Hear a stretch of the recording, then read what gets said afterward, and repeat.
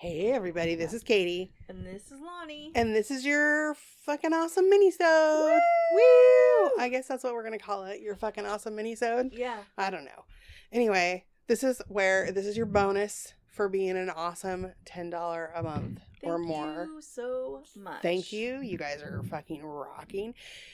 It's still only Ellisade at this point. Thank so you, Ellisade, I hope you're Ellisade. enjoying your awesome little minisodes. And I hope this is useful to you. But if, people can go back and look at all of them once they do become. So hello to you if you're new. Yeah. Welcome. Welcome and thank you. You're awesome.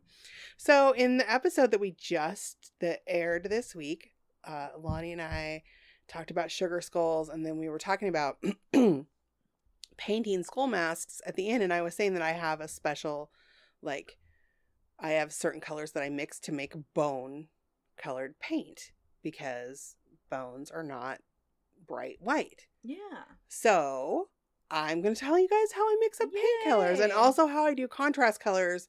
Like when I want to, I was doing relief texturing, where you paint it over and then wipe it off, and then it makes it look old and bony and stuff. Cool. So to make bone color paint, and now I don't have a specific measurement, I kind of eyeball it every time, but it's the same colors that I use every time, and depending on what I'm doing, sometimes I make it a little darker if I want the bones to appear a little bit older or something like that. So of course I start out with just titanium white basic whatever paint, and I paint with acrylic. So, and I use basic, right now I'm using the basic Liquitex paints. They're student grade. If I'm doing a different paint, like when I'm painting on canvas, I actually prefer to use the Winsor and Newton Galleria paints, but they're more expensive. So yeah, I can't afford those all the time. So I use that, which is what these are. That's just because it's actually, you can't find all of these colors in the Liquitex basics. Oh, okay. So I kind of spend where I need to spend on the more expensive colors. Mm-hmm. So I start out with a base of the titanium white, and then I use a color called Buff Titan. It's kind of a fleshy color, like a white person fleshy color, I should say.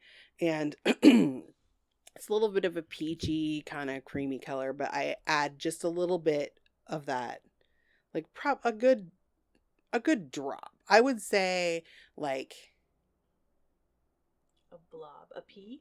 No, bigger than a pea. I would say when I'm mixing it up, I would say nut? about a corn nut. I would say 4 parts white to one part Buff Titan. Okay. Or Buff Titanium, not Titan. Titanium. And then sometimes, this is where I get the deeper color from. And you can screw with it a little bit. Sometimes it never comes out exactly the same. Yeah. But it's always very close. And I save my colors too if I mix it up. I get those little, you can buy them at any craft store or any art supply store. They're the little tubs that you put your paint pots in, and then they have a little snappy lid. It doesn't save them for indefinitely. Yeah. But it does keep them wet for, so if you mix up too much, or you mix up enough that you're working on stuff, it'll keep it fresh for a couple of days. Sometimes I wrap saran wrap over it and then snap the lid closed. If I push saran wrap down so it's touching the surface of the paint. Yeah. Kind of like you do when you put pudding in the refrigerator to keep it from getting skin on it. Yeah, yeah.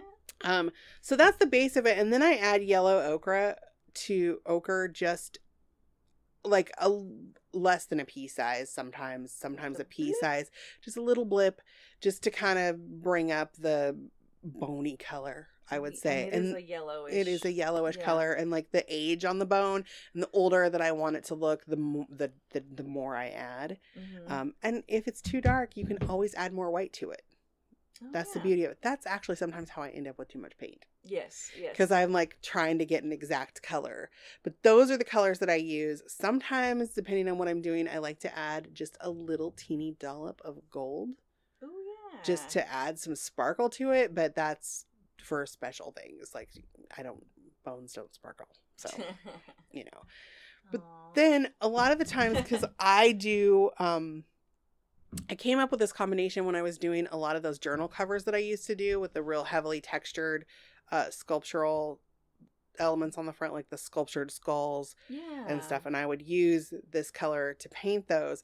And then I would go in afterwards with a loose brush and just scrub a darker color over it and then wipe it off so it would get into the cracks around the teeth and so it looked more natural. It's not like a painted line. It's like dirt, like you pulled it out of the soil and wiped the dirt off of it, and it makes it look really old and creepy.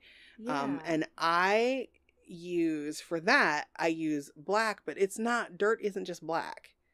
So I always mix black and burnt umber, which is kind of a deeper, like a brownish color. Oh, yeah. Raw umber is also a color you can mix in.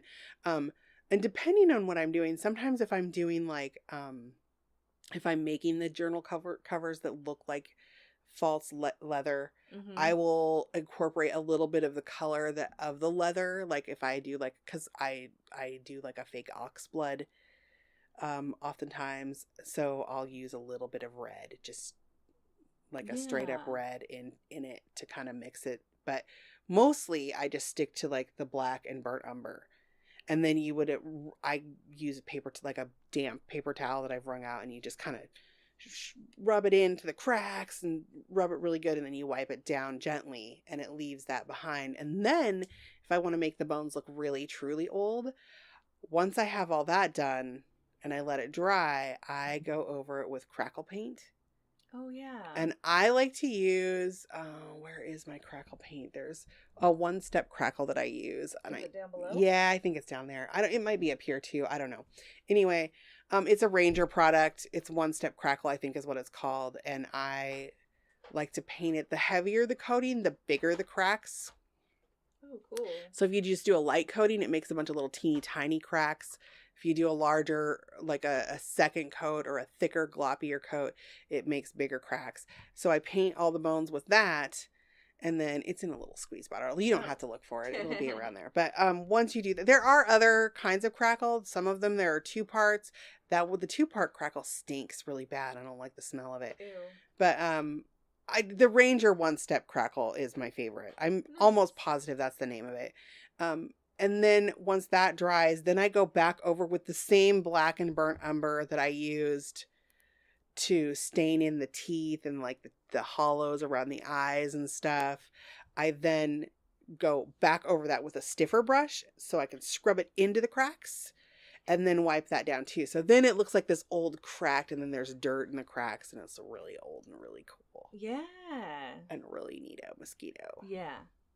And creepy. That sounds really neato mosquito. And creepy. Do you have any special paints that you like to use, Lonnie, for stuff? I'm not very much of a painter. I feel like I'm hogging up the Minisode time. No, I don't paint very often or enough to have special. No. Yeah. I experiment with things, but yeah, nothing. Well, that's the beauty of mixing your own paint colors, experimenting with it. Like you can just go like I said, see what these look like. If the white's too dark, then, and that's how I came about it. I was like, oh, well, this looks like it would make it a little color, one with this one, and fuck around with it. And I don't think you should be scared to mix your paint colors or try things out. Yeah. I mean, the only bummer is that like sometimes if it's really shitty, like you're like, oh, you like sometimes you can't salvage it, and then you've wasted paint. But there we go. I guess we didn't have to pull that whole thing over there. Color. I do like that green. It's pretty. It's gorgeous green. Yeah. But yeah, I'm pretty excited about it. Are you excited about doing the masks? Yeah, I'm getting ideas. What do you think? What are you thinking you're going to do with yours? I want to try. Oh gosh, sorry. I think I want to try tissue paper. I want to see what it looks like to just Mod Podge white tissue paper over it first and see what that gives me, and then go from there. Then go from there. I know it would be very fragile in the open spaces. Mm-hmm. She's talking about going over the whole thing with tissue paper. Yeah, and Mod Podge just to see. I'd probably end up having to cut the holes back through, but I don't know. Because if you could, then you could hold it up to the light and it'd be spooky. Ooh, then it'd shine through and be creepy. Yeah. I saw the coolest tutorial, totally off topic, but Okay. it was awesome. So I don't even, sometimes I get sucked down a what do you call, a click hole? Yeah. It's really easy to do when you're like laying in bed at night and you watch a video on YouTube, or not on YouTube, on the Facebooks, and then the Facebooks, like, then more videos just keep coming up and you could just keep watching them. And I think that's how I ended up watching it. But these people took this like mirror, like a piece of glass wasn't a mirror, glass. And then they got a creepy picture of like an old creepy guy that they printed off. Mm-hmm. And they like kind of cut out around it and then like put him up in the corner and marked out a spot where they didn't want to paint. Mm-hmm. And then they painted one coat of mirror paint on the back side of this glass, because you can just buy a rattle can mirror paint. Mm-hmm. And then they lifted the thing and they painted another coat, but they let it get a little bit like foggy around, like, so it was kind of around the area, so it was like a lighter coating. And then they put the guy up in the upper corner and then they put the picture frame back together. So like then you're looking at yourself in the mirror and then you see this creepy face in the mirror, and it was fucking awesome. Wow. And I kind of want to do it. Yeah, that sounds fun. I'm kind of getting the prankies again. Oh. Do you remember? Wait, do I still have it? I talked to you about how I hate pranks. No, I wouldn't prank you, but remember all the fun I had last year with my rat? Oh, yeah. I gotta find the fucking Spooky again. I don't know what happened to Spooky. Oh, Spooky rat. Because I kind of want to take him to my mom's this weekend and scare my mom with him again. I'm not going to scare my grandma with him this year because my grandma's really getting a little bit dotty and old. Uh-oh. I don't want to freak her out. This is cute. That came when I was getting the art snacks boxes. Oh. But anyway, I think that's about it for this week's minisode. That was just how to mix bone colored paint. Yeah. It's really awesome. You guys should try it. You should. It's fun because bones aren't just plain old white. Nope.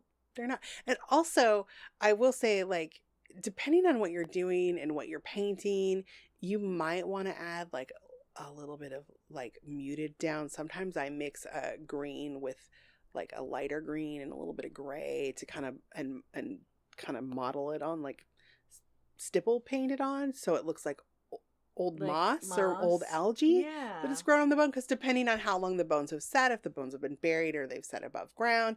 And I would recommend definitely doing like experiments on paper, like painting paper, and then like, or even sometimes I use like a little piece of wood or a scrap wood or something, just painting it and then looking at it, like let it dry completely, because some paint usually dries darker than it is. So sometimes you're like, whoa, that's too dark. I would recommend doing little experiments before you paint what you're applying paint to. And like try around and like try stippling some greens on and wiping them off a little bit just to kind of make it look like old algae stuff. Or even taking a very fine brush, and you know how sometimes bones get like long horizontal cracks up them, like maybe like just trying to paint gently. And then always subtlety, I think, is the key with when you're painting bones. And you want it to look like a skull or bones to look realistic. Subtlety is the thing, because if you look at actual bones or you look at the actual face, yellow sometimes. They are. And also there's no like defined hard lines on a skull or a face. Like they're all like rounded, and like someone might have a fine chiseled jaw, but it's rounded, it's not. So you want shadows and just a subtle touch. I like that. No heavy-handedness. Anyway, thank you for being our supporter. Yes. I don't know what Lonnie's looking at. It's kind of weird. Oh, I have a lot of skulls in this house, actually. I do. Not human skulls. I don't actually own a human skull, but... Me neither. But I have a lot of like ceramic skulls. But anyway, next time we'll talk about some cool shit. Yeah. We will. I don't know what it'll be. It'll be a surprise to you and to me. Yay! Yay!